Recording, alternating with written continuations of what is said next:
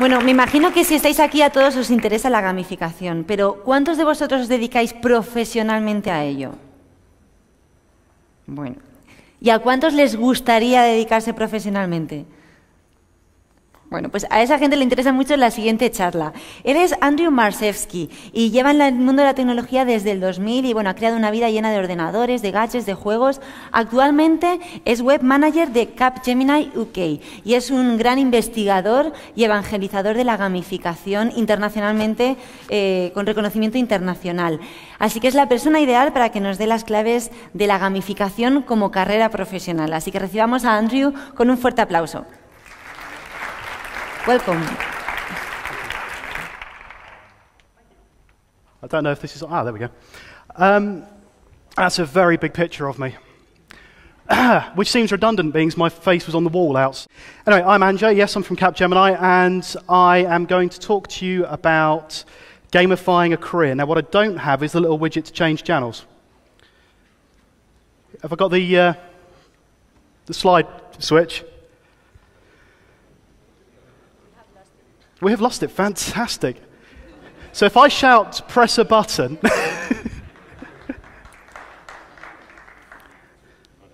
I could dance, but I won't. Thank you very much. Okay, so talking about careers. When we first start in a company, especially in large companies, this is what we're presented with on our first day. We have an induction. And our induction tends to be 2 to 3 days worth of PowerPoint presentations, colloquially known now as death by PowerPoint. Once we've gone past this, we get into our career, and we go into our feedback loops. Game designers will understand that straight away. You work hard, you get yearly feedback, and you get promotion chances. Every time you get good feedback, you do hard work, you get more chances of promotion. If you roll the dice and you're lucky, you get promoted. If you get fed up, you leave. We'll come back to this. Along the way, we have continued learning. Some people may recognize this kind of presentation. The generic, lovely, happy people sat around a computer from the stock artwork on some of our wonderful iStock and all these kind of photographs. And it works, does its job, not as engaging as it could be. And that's kind of how Career 1.0 goes. We start off bored, we continue, we hope we get promoted, and we learn if we're lucky. Now, what I want to talk to you about is not so much gamification as it is changing the way we think using games. We've got lots of different terms that are used around the place. We've got gamification, we've got gameful design, we've got serious games, all kinds of things. And there's lots of arguments about what these are, what they do, what their purpose is. Game mechanics I mentioned there, another bugbear of mine, that gamification talks about game mechanics and then talks about outcomes of games. If we start considering game thinking, taking games and just understanding what we can learn from them, what they show us about the world. Pointless transition. So our induction. Now, I did have instruction manuals from 2 different games, which I forgot to bring with me. When we used to play games, we used to have great big thick books. They had the instructions, they had all the key combinations, they had the backstory, all the good stuff. Richard's smiling at me there, he knows exactly what I'm talking about. And they were big, thick novels. In fact, some of them were actually called novellas.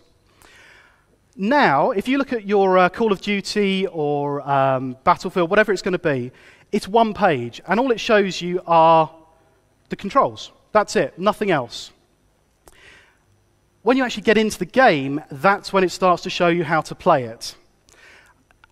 And that's our Induction 2.0. Why should we sit there and listen to 2 days' worth of people reading instructions to us? Well, we can actually go into workshops and engage with the real people who are going to be showing us this and who we're going to be working with. Why does it have to last 2 days? Why can't we go in for half a day, meet the people we have to meet, get past the legal requirements of knowing that we're not allowed to do this, we're not allowed to do that, and we have to do this, and then be allowed to be grown-ups and then go and do the learning in our own time. When you look at modern-day learning, we look at Khan Academy, Coursera. Hands up in here who's done the Coursera course on gamification. That's a good 40% of you in here. Did you feel disengaged by the fact that there wasn't a human being in the classroom with you? Or did you actually enjoy it because you got to do it in your own time? So disengaged, hands up. Perfect. Engaged and still enjoyed it even though there was no human being in front of you who wasn't on a screen.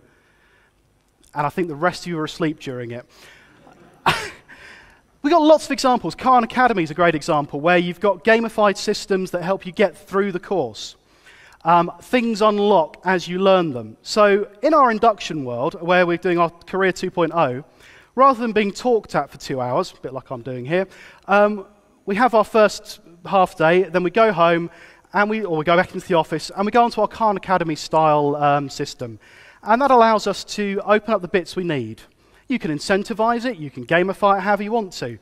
Maybe if they don't need it for their job, they don't get their work phone until they've done the first 3 parts of their course. Maybe they have to do something on laptops. You know, they can't have access to the network until they've got this, that, and the other done. They can't access Yammer until they've done their Yammer course. These are all things we cover in long lectures. No need to anymore. We've got the way to do this. I can't think of anybody in a job now who doesn't have access to the internet and a computer. Once you've got past that, we can consider how our career actually evolves. Now, most people, or most careers, work on, say, 5 or 6 grades. We have sort of A to E, A to F, whatever it is. And you can wait an incredibly long time between each promotion point, and you never really have any guide as to where you are along that road. You have reviews, you have feedback, but they're very interspaced. So why don't we break it up into a game board and consider this idea that we have smaller goals. Humans are rubbish at dealing with long-term goals. We just don't do it very well. My wife is a slight exception on that one. We're much better at breaking things down. We're much better at going through, this is my first bit, this is my second bit, this is my third bit. If you look at a game like Mario, not a game I actually like, but it's a very good example here. If you look at Mario, you don't just play the entire game and then get a score at the end. You play bits of the game, you play levels. So what we're learning here is that people actually engage better when there are smaller chunks to engage with.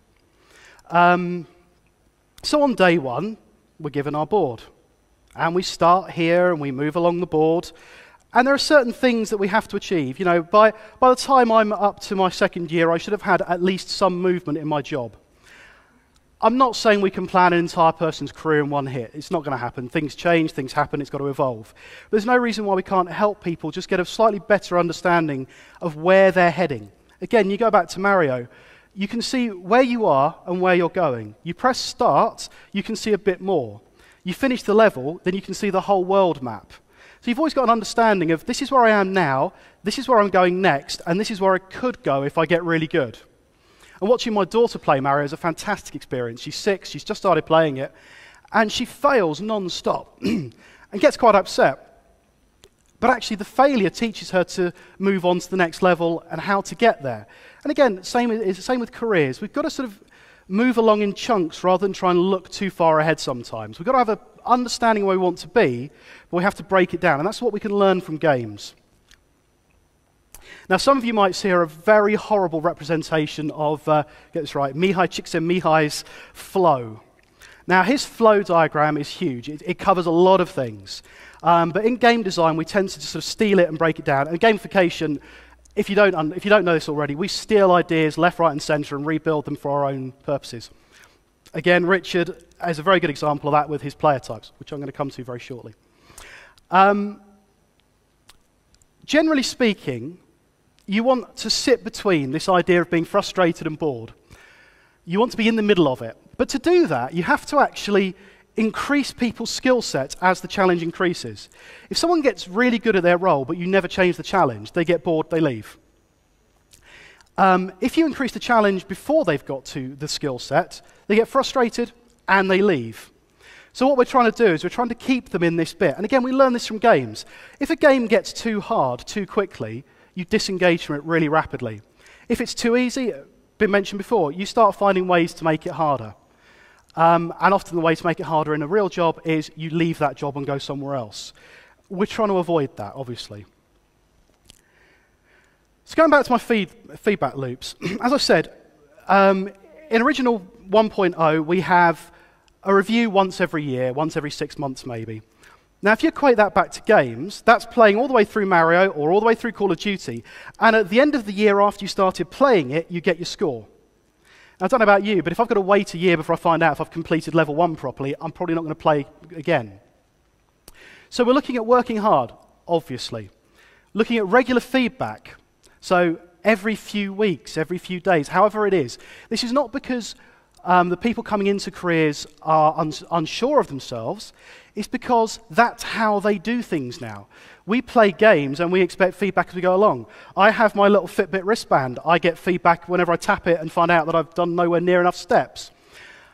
Our phones buzz in our pockets. We look at it straight away. We're constantly getting feedback. Why can't the job be the same? And again, as you work hard, you still get your promotion chances. But now that we've got our game board, our promotion chances are mapped out for us. We understand if we achieve certain levels, then our chances of promotion increase because we've hit those levels. If we haven't hit those levels, we know why our chances are less. Now, as our career goes on, we can build this into this whole flow idea. Our little feedback loops lead on to moving up through our career, through our habit building. This is all taken from Amy Jo Kim's player journey. And you move through this all the way through. Now, as you can see, you get to the top and you hit mastery. Now, I don't know if you know, I can't remember who it is now. I was supposed to read it before I came up here. But there's this idea of the 10,000 hours to mastery. Now, in a career, if you're looking at 9 to 5, that's around about 5 years of a career. These days, probably about 3 years, because no one works 9 to 5 anymore. So there is this chance that you're going to get people who skill out of their role quite quickly, within a couple of years now.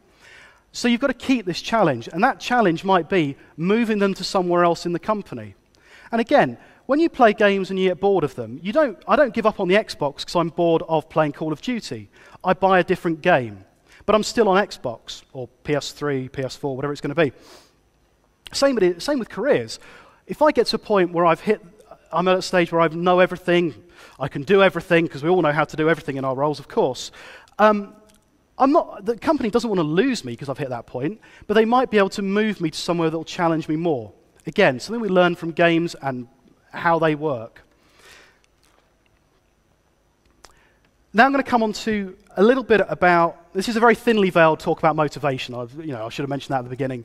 And I have my own RAMP framework, which has been mentioned before that Tyler Altrop came up with RAMP. Mine's a bit different. Mine's about 4 keys of motivation. They're based on self-determination theory and Dan Pink. Relatedness, autonomy, mastery, and purpose. These are the 4 things, basically, that keep us going through the day or through our life. And this is a kind of promise that I think every career should be able to give you, and every employer should be able to give you. We'll provide you an environment that builds a sense of community support, value in which you can thrive. Relatedness. We'll trust you and provide you the tools we need to do your job in the best way possible. Now, originally, that was in the best way you can. And someone pointed out to me that might not actually fit in with the company values, so the best way possible. Provide the means for you to expand your skills and increase the challenge of your role whilst not being afraid to let you evolve beyond it. This one's real. I said before already now, this is really key because a lot of companies are afraid. They want you just to sit there and do your job. If you get bored, that's your problem. That's how we used to look at things. Companies now be moving beyond that and realizing, why should we lose these skills? Why can't we just repurpose them to something else? And we'll pay you fairly. Everyone in here paid fairly? Any hands? Excellent. We'll pay you fairly and endeavor to make sure that you feel there are reasons to work beyond pure financial reward. This is harking back to Daniel Pink's work. If you are paid a fair wage, then gamification essentially can start working. There's no one in this room who's going to do something for points and badges when the only thing on their mind is money. Now, I've avoided points and badges because there are lots of arguments here, but gamification works very well if you are already satisfied in something that should normally bother you. Now, in my life, that's I need to be paid enough so I can raise my children, keep my wife happy, pay the mortgage. Once that's off my mind, then yes, I will engage in other fun things that will work. And I think that's where a lot of people sort of criticize gamification. Not always true. Sometimes it's better than nothing. If money isn't on the table, then something's better than nothing. Chris Duggan from Badgeville said this in a talk the other day. If you put a thin layer of gamification on something, at least you've tried and may engage some people. Which kind of brings me to the player types. I have a user type model, not model, no, shout out for calling it model, categorization that works around this. And I group people into 4 basic groups based on these motivations. So with relatedness, you have a socializer. With autonomy, you have a free spirit. With mastery, you have achievers. And with purpose, you have philanthropists. And all of these 4 groups of people, will be motivated by different things. But these 4 promises that you should be able to make to your employees should capture all 4 of those groups of people, hopefully.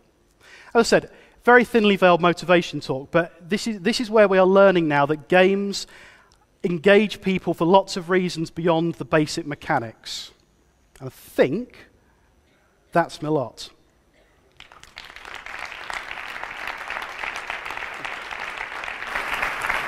Thank you very much, Andrew. Abrimos el turno de preguntas, así que si alguien tiene alguna duda, quiere comentarle algo, este es el momento. I think everything is clear. So, thank you very much. Un fuerte aplauso para él. Thank you, Andrew.